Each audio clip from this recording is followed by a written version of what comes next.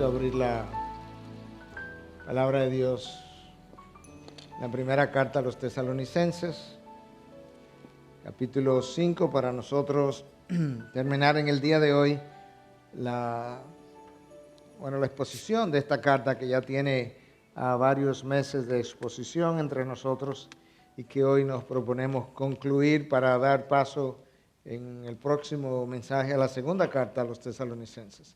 Esta es una carta que ha tenido mucha instrucción, mucha edificación para mí, para el pueblo, yo entiendo, y que hoy al concluir creo que Pablo tiene algunas cosas que decirnos todavía y vamos a estar leyendo el capítulo 5, los versículos del 23 al 28. Y que el mismo Dios de paz os santifique por completo y que todo vuestro ser, espíritu, alma y cuerpo sea preservado irreprensible para la venida de nuestro Señor Jesucristo. Fiel es el que os llama, el cual también lo hará. Hermanos, orad por nosotros. Saludar a todos los hermanos con beso santo.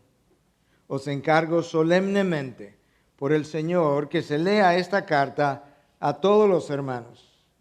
La gracia de nuestro Señor Jesucristo sea con vosotros. Padre, de nuevo pausamos brevemente y te pedimos que use esta despedida final del apóstol Pablo para enseñarnos, para mostrarnos cosas, para edificarnos, para redireccionarnos y que nosotros podamos salir de aquí transformados por la obra de tu Espíritu y que podamos decir hoy, Dios nos santificó y nos acercó a su imagen. En Cristo Jesús. Amén, amén. Bueno, como dijimos, llegamos al final de esta epístola a los tesalonicenses y al final de la carta Pablo siempre, al igual que otros, pues dicen algunas cosas de despedida y aquí nosotros tenemos una despedida también, pero es una petición y a la vez es una bendición que él está pidiendo a Dios para con los tesalonicenses. Pablo ha hablado muy bien de esta iglesia, como hemos mencionado anteriormente. Es una iglesia que ha estado caminando bien, con buena reputación, desde donde la fe resonó a múltiples regiones, a múltiples iglesias que ya conocían de la obra de Dios. Y ahora en la despedida que él tiene, él va a instruirnos acerca de algunas cosas, pero nos va a recordar temas ya tocados a lo largo del desarrollo de su carta, como veremos más adelante. Y al examinar entonces estas palabras finales de Pablo, yo quiero que lo hagamos de una forma que usted pueda seguir el trayecto de lo que vamos a estar exponiendo. De manera que, en primer lugar, yo quiero que veamos la petición que Pablo hace a Dios y en esa petición Pablo nos revela o nos deja ver cuál es el deseo del corazón de Dios al mismo tiempo. En segundo lugar, nosotros vamos a estar viendo qué es lo que Dios ofrece, qué es lo que Dios pone a nuestra disposición para que esa santificación, por lo que Pablo está pidiendo, se logre, se lleve a cabo. En tercer lugar, hay un recordatorio acerca de la importancia de la oración y la oración es una de esas cosas que yo necesito en mi vida de santificación. En cuarto lugar, hay expresiones sencillas a primera vista de lo que debe ser la vida de santidad del creyente. Y finalmente hay una bendición y al mismo tiempo esa petición, como decía, de que la gracia de Dios, la cual es mandatoria para nuestro proceso de santificación, pueda ser con todos los tesalonicenses. Si nosotros pudiéramos pedir la misma cosa para nosotros. De tal manera que yo quiero comenzar entonces por el versículo 23, donde encontramos el inicio de la despedida, el inicio de la petición, oración, bendición de Pablo para esta iglesia, y esto es lo que nosotros leemos. Que el mismo Dios de paz, os santifique por completo, y que todo vuestro ser, espíritu, alma y cuerpo sea preservado, irreprensible, para la venida de nuestro Señor Jesucristo. En esa declaración, Pablo no solamente está pidiendo que Dios haga eso, sino que también nos está revelando quién es el agente de santificación. Ya nos había dicho en esta primera carta a los Tesalonicenses 4:3 que esta es la voluntad de Dios, vuestra santificación. Conociendo eso, conociendo el deseo número uno de Dios para con nosotros, la santificación, la creación de la imagen de Cristo en Él ahora se propone pedirle a Dios que haga justamente eso. Y Él eleva entonces esa petición a nuestro Dios, sabiendo, número uno, que solamente Dios es capaz de responder a nuestras oraciones. Y número dos, Él hace esa petición conociendo que es el mismo Dios de paz que nos santifica, como Él lo menciona aquí. La palabra de Dios revela en múltiples pasajes, de múltiples maneras, que Dios es ciertamente el agente santificador por excelencia en nuestras vidas. De hecho, Pedro, cuando le escribe a sus seguidores en la primera carta, en 1:2, habla de la obra santificadora del Espíritu Santo que mora en nosotros. Si nosotros leyéramos la palabra y Dios no iluminara la palabra por nosotros o para nosotros, su poder o su obra de transformación quedaría sin efecto porque no entenderíamos absolutamente nada. El entendimiento de la palabra depende de la obra de iluminación del Espíritu de Dios. Si leo la palabra y Dios no me da convicción al leer el texto de la palabra, yo permanecería en pecado. Si nosotros seguimos caminando por nuestras vidas sin que Dios orquestara las circunstancias en nuestras vidas que contribuyen a limpiar las impurezas que están en nosotros, nosotros permaneceríamos sin que su imagen se formara. En otras palabras, nuestros esfuerzos son insuficientes para alcanzar la santidad requerida. Y la mejor evidencia de eso que yo acabo de decir somos nosotros mismos, porque Dios nos ha dado salvación, nos limpió de pecado, nos dio su Espíritu, lo colocó dentro de nosotros, nos dio su palabra, nos da iluminación, nos da convicción, nos da guianza, orquesta las circunstancias, y aún así nosotros nos vivimos enfermando del alma. Imagínate si Dios dejara la obra de santificación primariamente sobre nosotros. Si aún con todo lo que Dios ha provisto, con frecuencia nosotros no vivimos al nivel que Dios requiere y demanda, imagínate si la santificación estuviera sobre nosotros de manera primaria. Imagínate un niño de 3 años y que tú pongas sobre él la responsabilidad de cocinar la comida, nutrirse, mantenerse en salud. ¿Te imaginas cuán rápido él se enfermaría? ¿Te imaginas cuán rápido él se enfermaría radicalmente y cuán frecuente morirían muchos de estos niños? De esa misma manera, si Dios pusiera la santificación de manera primaria sobre nosotros, grandes serían las consecuencias que traeríamos a nuestras vidas, mucho más allá de lo que con frecuencia ocurre, aún con todo lo demás que Dios provee. Nuestra santificación es la voluntad de Dios, lo cual ya Pablo reveló. Escucha cómo lo dice, que el mismo Dios de paz os santifique, Dios de paz os santifique por completo, y que todo vuestro ser, espíritu, alma y cuerpo sea preservado, irreprensible para la venida de nuestro Señor Jesucristo.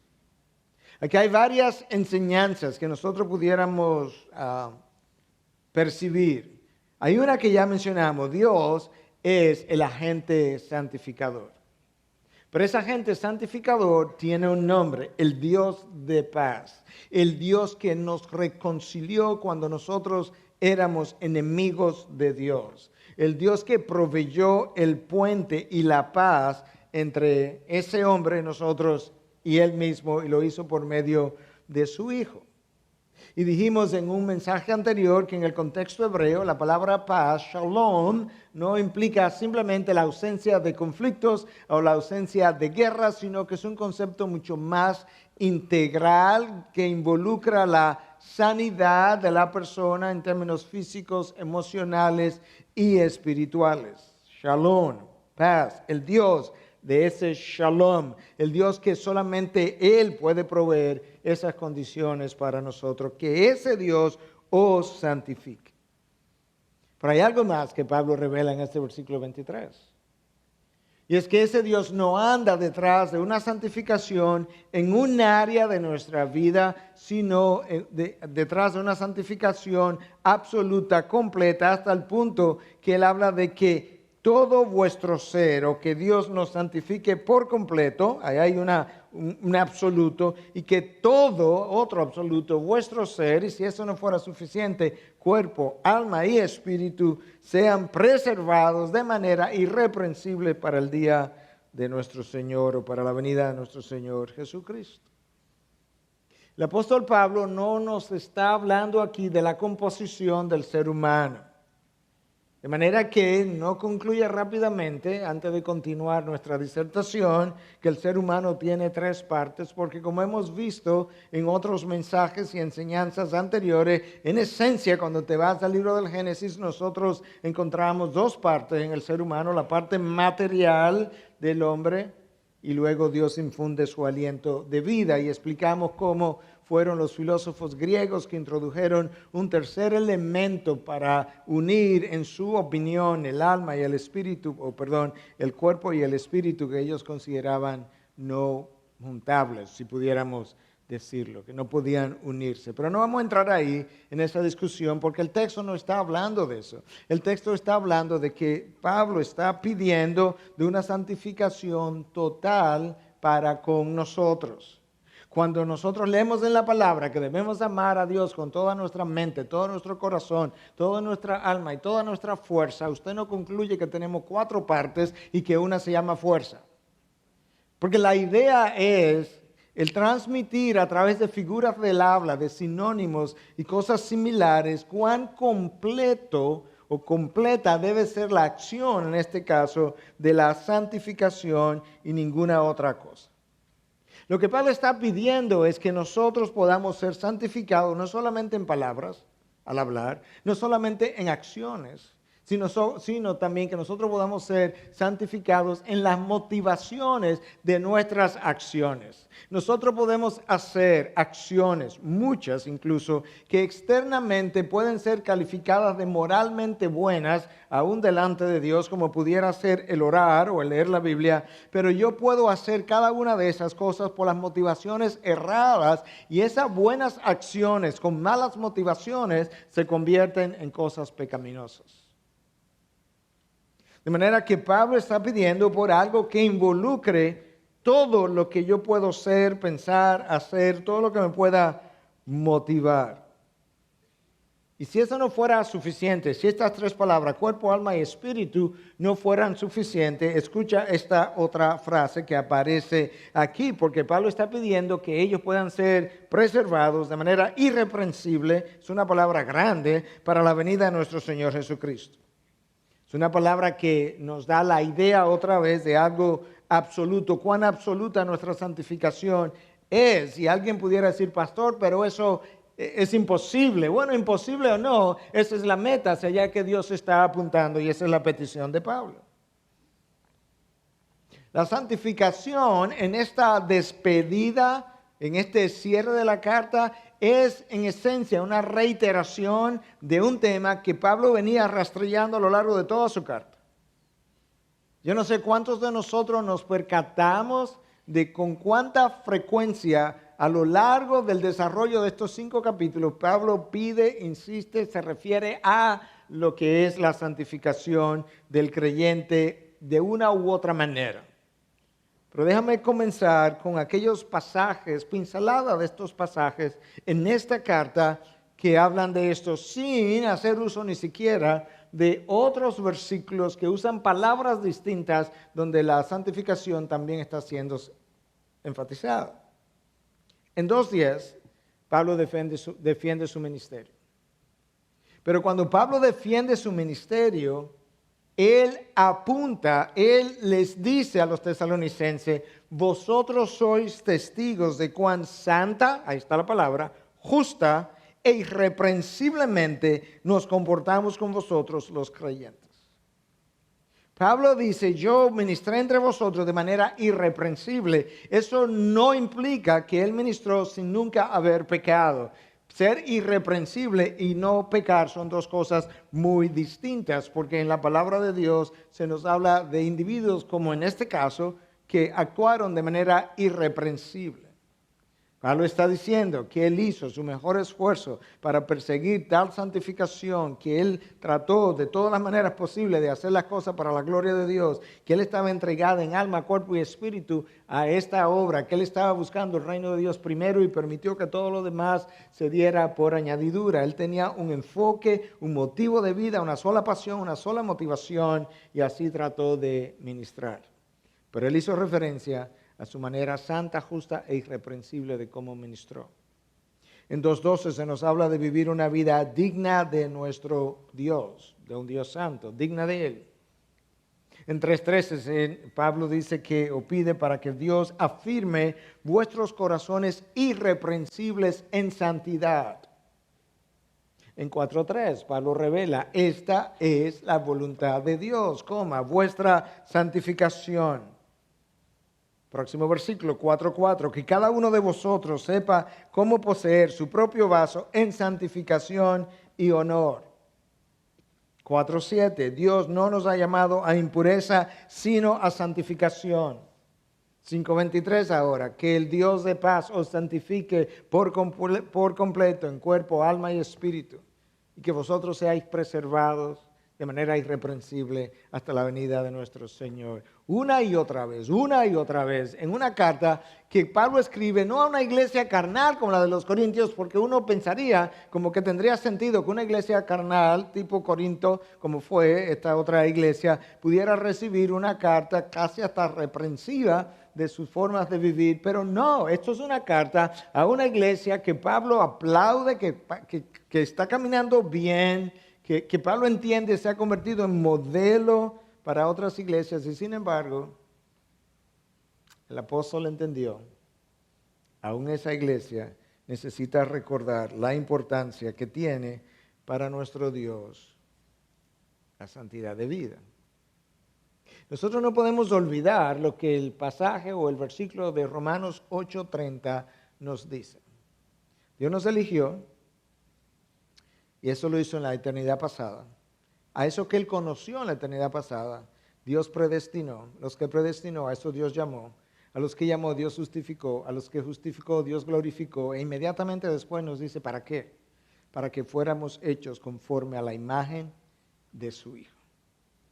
De tal manera que todo el plan de redención, comenzando desde antes de la eternidad hasta que culminemos en gloria, tiene la intención expresa y exclusiva de hacernos conforme a la imagen de su Hijo, de tal manera que todas las experiencias por las que tú y yo pasamos, vivimos, todo lo que pudiera ocurrir o venir a nosotros, tiene el diseño de conformar tal imagen en nosotros de manera continua. Y Pablo hace algo más en ese versículo 23, y es que él conecta lo que es la vida de santificación o la vida de santidad con la venida del Señor, lo cual Pedro también hace. Escucha cómo Pablo lo hace en este texto. Que ustedes sean preservados, le dice a los tesalonicenses, de manera irreprensible para la venida de nuestro Señor Jesucristo. Los apóstoles del primer siglo entendían algo de la relación entre nuestra vida de santidad hoy y la venida de nuestro Señor Jesucristo. Entendían algo de esa conexión que nosotros quizás no entendemos tan bien. Pero Pedro escribe a sus seguidores en la segunda carta, en capítulo 3, versículos 10 y 11, y escribe algo similar. Escucha. Pero el día del Señor vendrá como ladrón en el cual los cielos pasarán con gran estruendo y los elementos serán destruidos con fuego intenso y la tierra y las obras que hay en ella serán quemadas. Ese es el día del Señor, el día de su venida, el día del gran juicio, el día de la gran tribulación, el día terrible del Señor, del cual habló el profeta Joel. Versículo 11 ahora. Puesto que todas estas cosas han de ser destruidas, en vista de que esto va a ocurrir, ya que tenemos la certidumbre de que estas cosas van a ser destruidas de esa manera, signo de admiración, ¿qué clase de personas no debéis ser vosotros en santa conducta y en piedad? ¿Notaste la correlación estrecha que Pedro establece entre individuos que estaban viviendo hace 2000 años? Y quizás Pedro, sabiendo que la venida del Señor quizás no estaba por darse en esa generación, pero le dice, en vista de lo que ha de ocurrir en un futuro, hoy ese presente debe ser vivido de una manera que sea congruente con la sobriedad de aquello que ha de venir. Y yo creo que la conexión es esta. La sobriedad de aquel día de mañana nos llama a vivir con sobriedad en este día de hoy. La sobriedad de esa realidad que el mundo ha de vivir.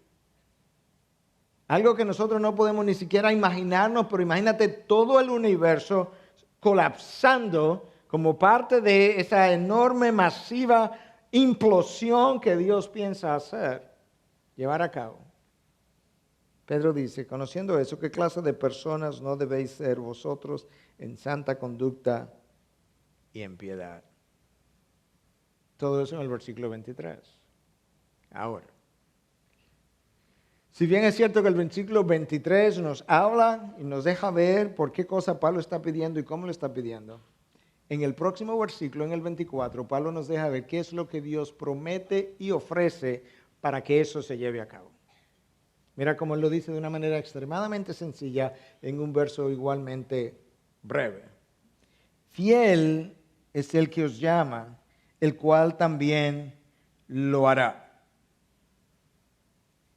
Cuando tú lees un versículo como ese, no puedes quedarte simplemente con el conocimiento que el versículo transmite. Tú tienes que, y debes tratar de hacer eso cada vez que lees la palabra, trata de captar el corazón del autor humano, en este caso Pablo. Porque hay algo que sale a relucir cuando yo leo algo como esto, y es que este hombre conoce a Dios.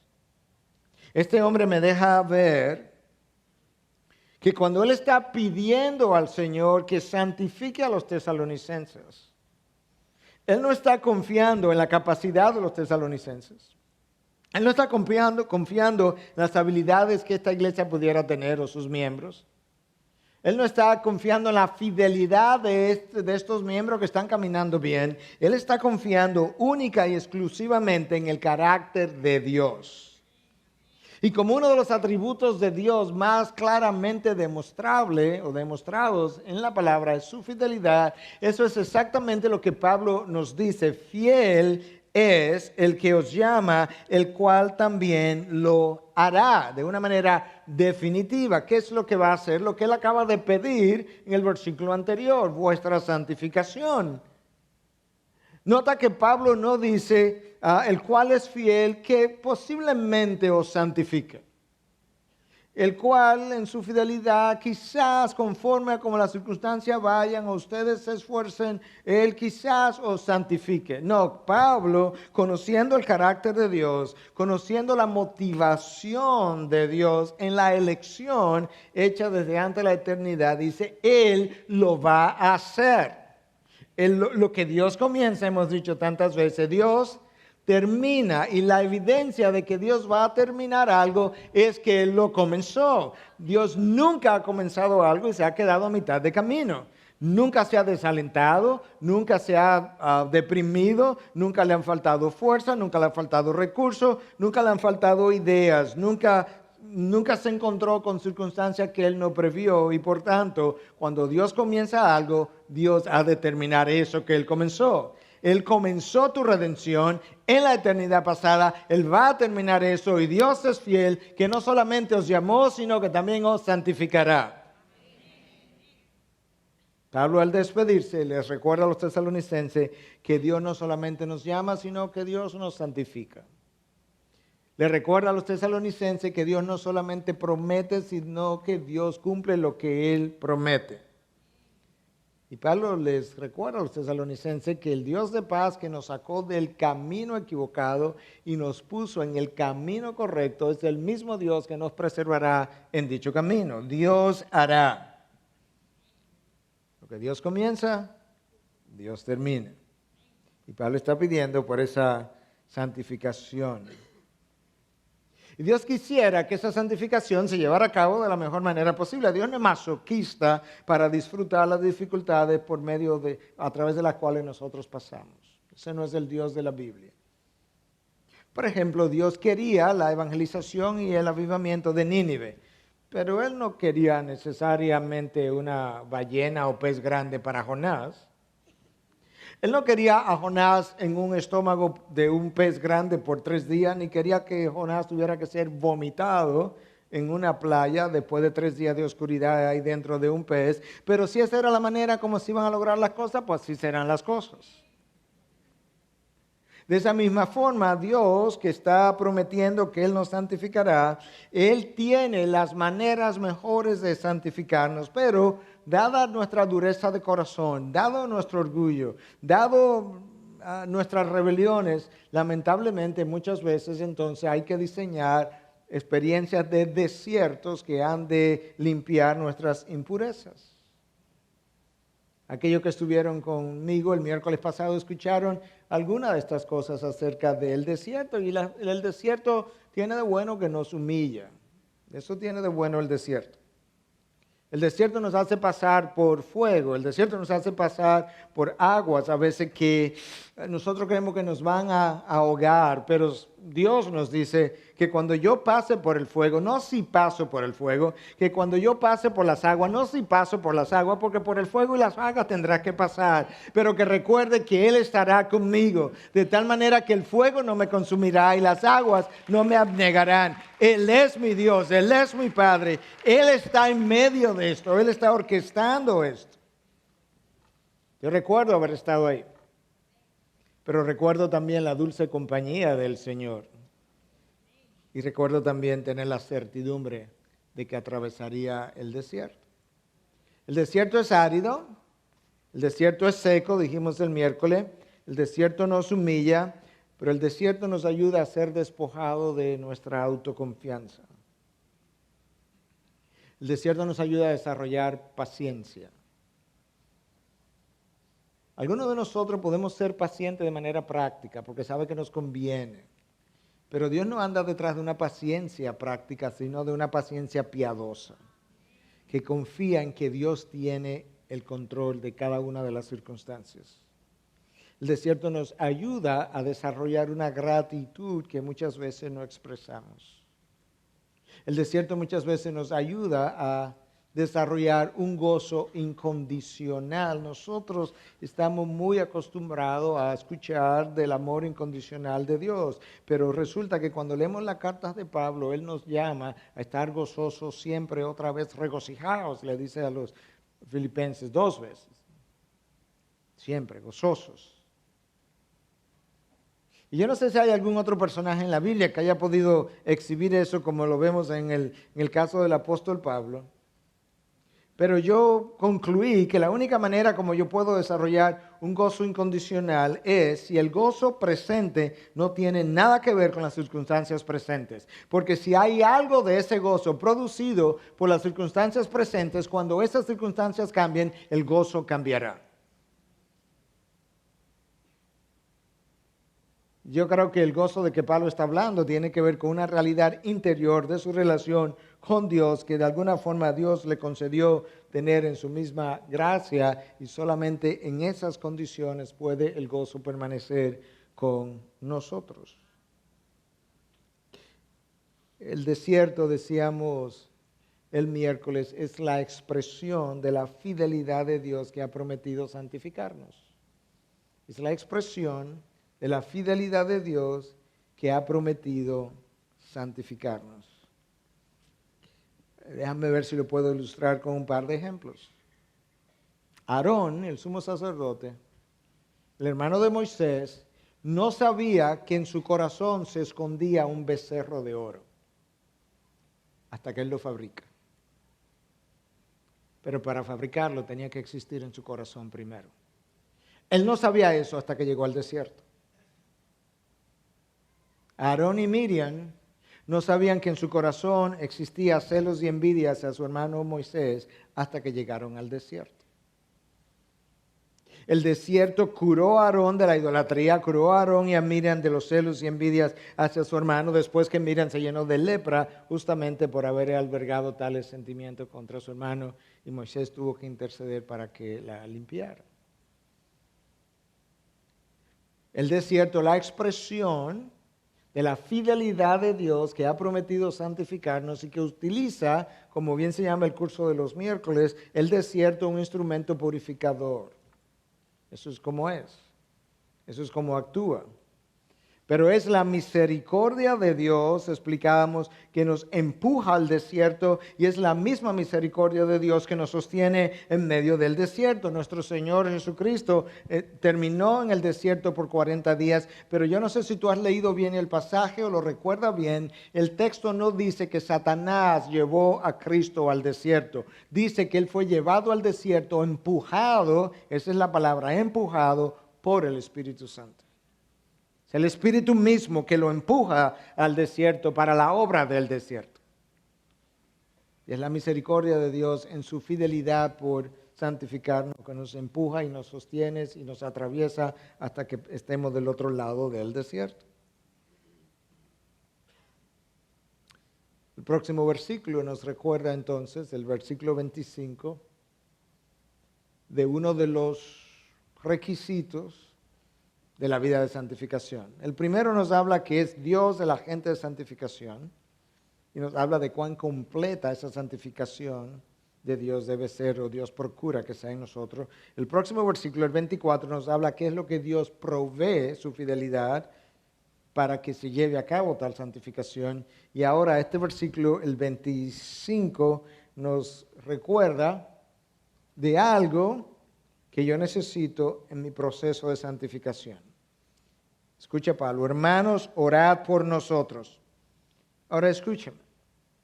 Pablo no está hablando de la oración en este versículo en este versículo estoy refiriéndome para ellos, sino para él. Y alguien pudiera decir, pastor, entonces usted acaba de decir que la oración es necesaria para la santificación, pero la santificación que Pablo está pidiendo es para los tesalonicenses, ¿cierto?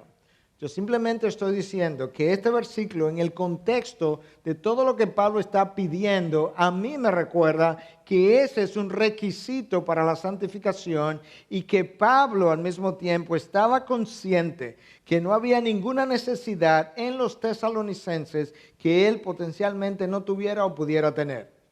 No solamente una necesidad, él estaba consciente que no había ninguna debilidad en ellos que él no tuviera, hubiese tenido o pudiera tener. Y por tanto, él está en tanta necesidad de oración como ellos lo están. Él está orando por ellos, que el Dios de paz os santifique, eso es una oración. Pero en medio de esa oración que él está haciendo, él pausa y le dice, hermanos, oren por mí. Es como si él se estuviera recordando a sí mismo, esto que yo pido por ustedes, yo lo necesito también. Era costumbre el que Pablo pidiera oración por él mismo. Yo he ido copiando eso.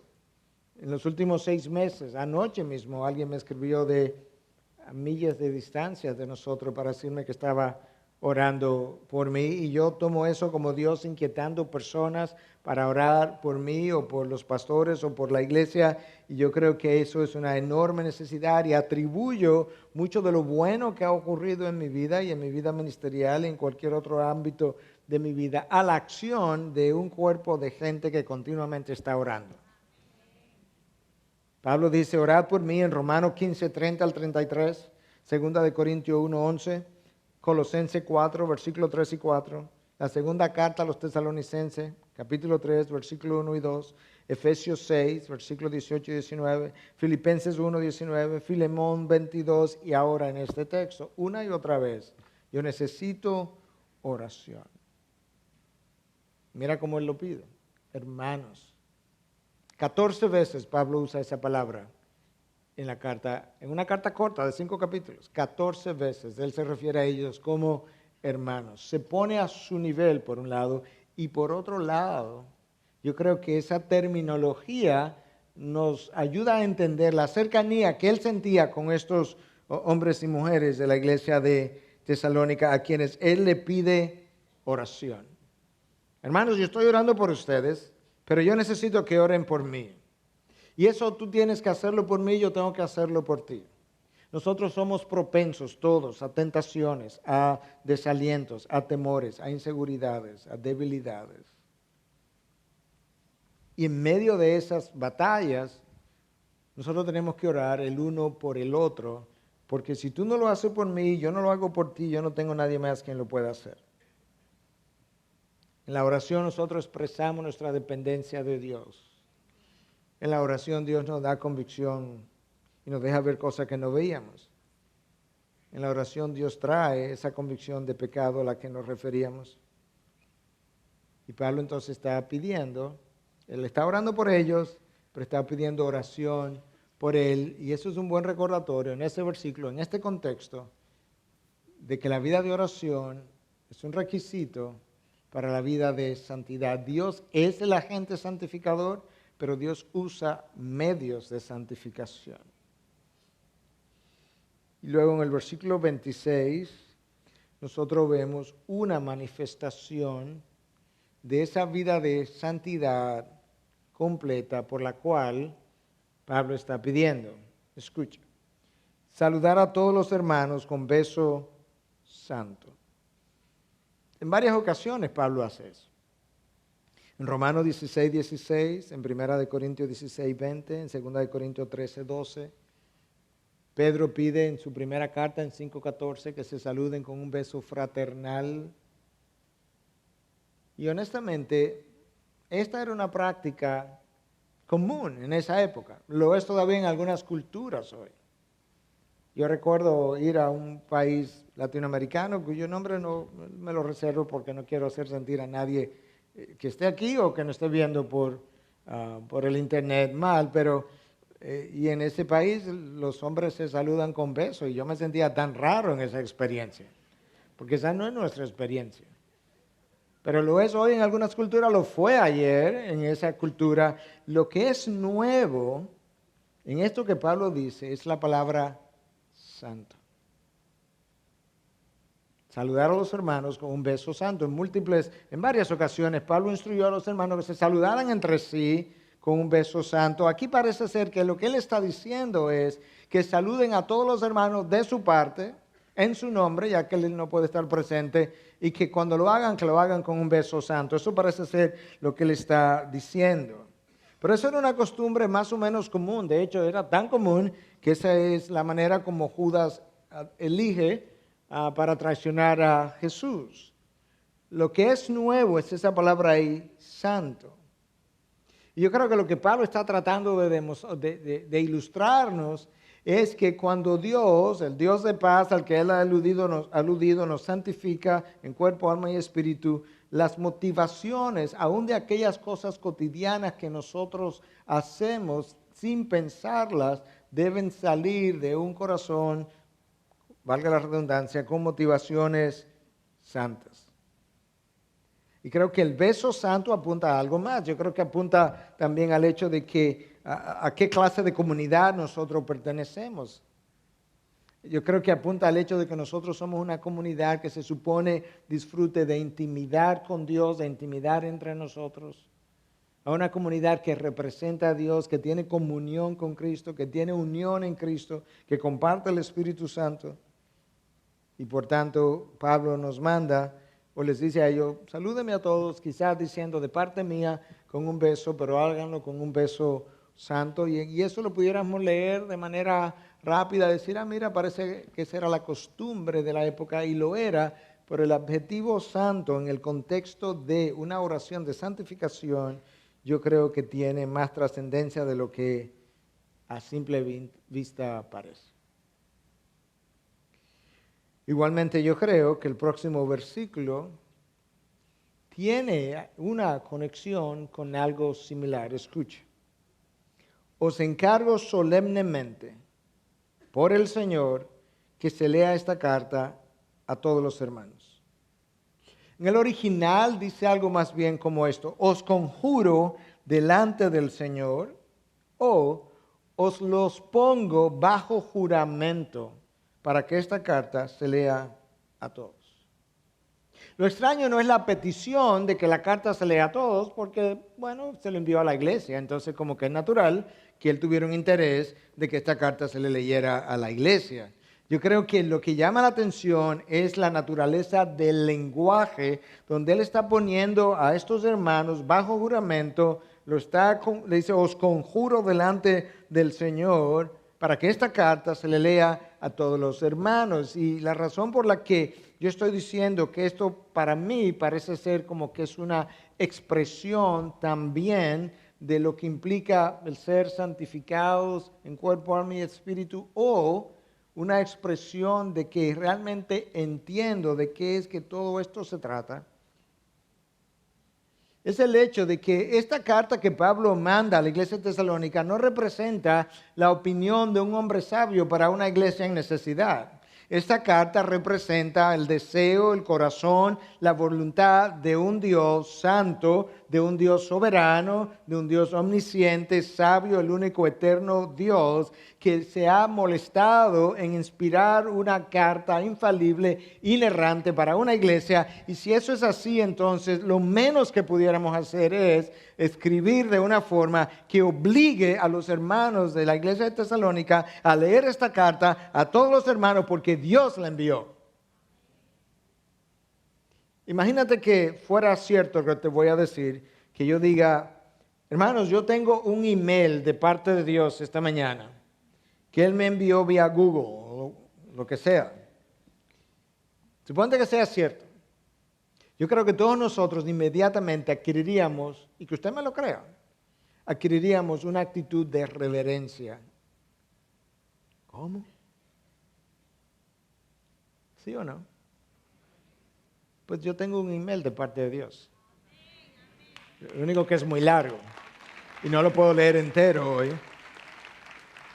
Y Pablo le envió un mensaje de parte de Dios.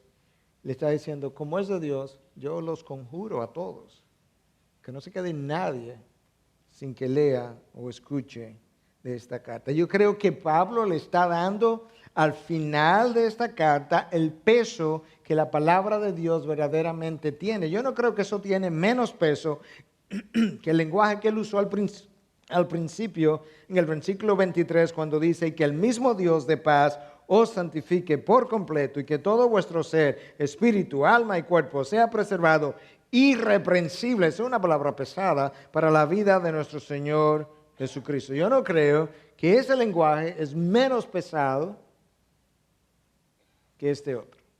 Yo creo que es congruente, que están a la par. Pablo sabe de qué está hablando, porque es una santificación que ha costado la sangre de nuestro Señor Jesucristo y que apunta a la representación de la imagen de Dios aquí en la tierra y al reflejo de esa imagen. Y al final entonces, Pablo se despide de una manera paulina, familiar, pero que igual yo creo que tiene implicaciones para la manera como él está cerrando. Escucha el versículo, el 28. La gracia de nuestro Señor Jesucristo sea con vosotros. Esa palabra es común en el vocabulario de Pablo. De hecho, prácticamente cada una de las cartas de Pablo comienzan con gracia y paz. De tal forma que el hecho de que Pablo cierre esta carta de una manera similar a como él abría todas sus cartas, como que no tiene nada de extraordinario. Visto así, es cierto. Pero en el contexto de lo que él acaba de decir, en el contexto de la petición por santificación para los tesalonicenses, en el contexto de una carta que enfatiza tanto la santificación del creyente, yo creo que esta fraseología acerca de la gracia de Dios que sea con ellos era vital, porque si hay algo que tú y yo necesitamos entender, es que si bien es cierto que nosotros jugamos un rol en la santificación, no es menos cierto que es la gracia de Dios que permite dicha santificación. Sin esa gracia, tú y yo jamás ni siquiera comenzaríamos el proceso de santificación. Escucha cómo Pablo se lo explica a Tito en el capítulo 2, versículos 11 y 12. Porque la gracia de Dios se ha manifestado. Ok, ya entendemos hasta ahí qué es lo que ha ocurrido. La gracia de Dios se ha manifestado. Ahora, él va a explicarle a Tito cómo esa gracia se ha manifestado. Escucha. Trayendo salvación a todos los hombres. Número uno, la primera manifestación de la gracia de Dios es la salvación a todos los hombres. La segunda manifestación, escúchalo ahora, enseñándonos que negando la impiedad y los deseos mundanos, vivamos en este mundo sobria, justa y piadosamente. Dos manifestaciones ha tenido la gracia de Dios. Número uno, la salvación. Y número dos, nos ha enseñado cómo negar los deseos impuros, las impiedades, de tal forma que podamos vivir de manera sobria, justa y piadosamente. La gracia de Dios es vital para el proceso de santificación. Como decíamos, si tú lees la palabra de Dios y Dios no usa su gracia para iluminar tu entendimiento, y tiene que usar su gracia porque yo no me merezco eso. Si Dios no usa su gracia para iluminar el entendimiento, yo me quedo sin fructificación. Si Dios no usa su gracia para darme convicción de pecado, de tal manera que yo me arrepienta, yo me quedo en mi pecado. Ahora, algunos han distorsionado esta enseñanza como prácticamente se ha distorsionado cada enseñanza de la palabra de Dios. Y algunos han pensado que como ciertamente la gracia de Dios es vital para el proceso de santificación, que no hay nada que yo pueda o tenga que hacer. Y yo explicaba en un mensaje reciente que Jerry Bridges, ese autor muy conocido ya de 80 años de edad, un hombre muy piadoso, vino aquí al país, almorzó con nosotros y nos explicaba cómo en el momento que él comienza entendiendo la vida de santificación más como un esfuerzo moralista, un esfuerzo humano por la santificación. Y que luego entonces él se fue al otro extremo y él dice, ese otro extremo fue peor, donde yo creía, ¿verdad?, que yo no tenía nada que hacer porque Dios es quien lo hace todo. Pero que hoy él entendía que la gracia de Dios no hace nuestros esfuerzos innecesarios, pero la gracia de Dios hace nuestros esfuerzos eficaces. Hace que cuando yo lea la palabra y está en mi esfuerzo, la lectura de la palabra tenga una eficiencia, una eficacia, una practicalidad, una obra de transformación. Si me permite la ilustración, la gracia de Dios es como el combustible del carro. Tú te sientas en el carro, tú sabes manejar, tú te pones detrás del guía del carro, pero sin combustible, tú ni siquiera puedes arrancar el carro. Si la gracia de Dios es como el combustible, yo pudiera decir, tú puedes leer la Biblia, tú puedes venir a la iglesia, pero sin la gracia de Dios tú no puedes ni siquiera arrancar tu vida de santificación. Y yo creo que en el contexto entonces en el que Pablo se está despidiendo y pidiendo y bendiciendo y pidiéndole a Dios que haga esta santificación tan completa por los tesalonicenses, el que él cierre con ese recordatorio, la gracia de nuestro Señor Jesucristo sea con vosotros, yo creo que es de suma importancia. Yo creo que es un excelente recordatorio de cómo ocurren las cosas, de qué Dios provee, de qué es necesario. Y de esa forma entonces él concluye una carta que ha tenido múltiples instrucciones, aplicaciones para ellos. Concluye una carta que va dirigida a una iglesia que estaba caminando muy bien, pero que aún esa iglesia necesitaba algunas instrucciones como advertencia, otras instrucciones como corrección aquí y allá, como lo hizo en un par de ocasiones, otras cosas que los ayudaran a ellos a sentirse que estaban caminando bien, que iban por el buen camino, y él los felicita, los aplaude. Y es una carta que cierra con un broche de oro que nos recuerda de qué manera Dios se ha propuesto formar la imagen del Hijo en nosotros, lo que Dios provee el Dios fiel que hará eso que Él está persiguiendo. ¿Te imaginas la confianza que eso debiera darnos? ¿Te imaginas la tranquilidad que eso debiera darnos? ¿Te imaginas el impulso que eso debiera darnos? ¿Te imaginas la motivación que eso debiera darnos? Que Dios ha prometido que hará aquello para lo cual Él nos diseñó y para lo cual Él nos eligió. Y de esa forma Pablo concluye esta primera carta a los tesalonicenses, nos prepara para la segunda carta a los tesalonicenses, que él escribió poco tiempo después justamente porque habían algunas malas interpretaciones en cuanto a la segunda venida del Señor y él tiene que corregir eso, pero ya al final de esta ellos quedan bien entendidos acerca del propósito de Dios para sus vidas y lo que es la fidelidad de Dios para lograr tal propósito. Que Dios bendiga el contenido de esta carta, que usted no se quede con las instrucciones simplemente recibidas y pensadas durante el momento de la exposición, sino que por los próximos semanas, días, meses, usted pueda continuar rumiando acerca de algunas de las cosas que Dios le enseñó, que pueda mirar hacia atrás, que pueda ver entonces dónde usted estaba cuando Dios comenzó a enseñarnos esta carta y dónde usted terminó, y que eso sirva para glorificar a nuestro Dios.